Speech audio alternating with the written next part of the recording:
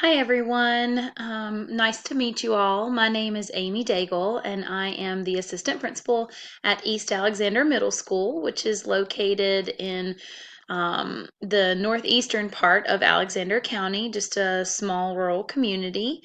Um, this is my first year as an assistant principal. I spent 9 years as a high school science teacher, and prior to that, I spent 3 years as a pharmaceutical rep in industry.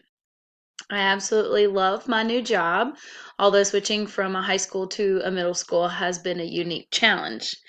One tip that I would offer any teacher, leader, or administrator is to listen, to truly, completely shut down and listen when people are talking to you or when they have a concern.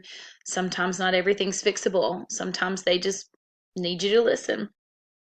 As far as an interesting fact about myself, I would say that in addition to having a new job and being a wife and a mother to two children, Aiden's 8, Riley is 3, I also manage my father's restaurant business and have taught myself all about accounting and insurance and taxes and payroll and the whole bit. So, needless to say, I'm pretty busy. I look forward to working with you all in this course and learning so much about curriculum and how to implement that as a leader. Talk to you soon.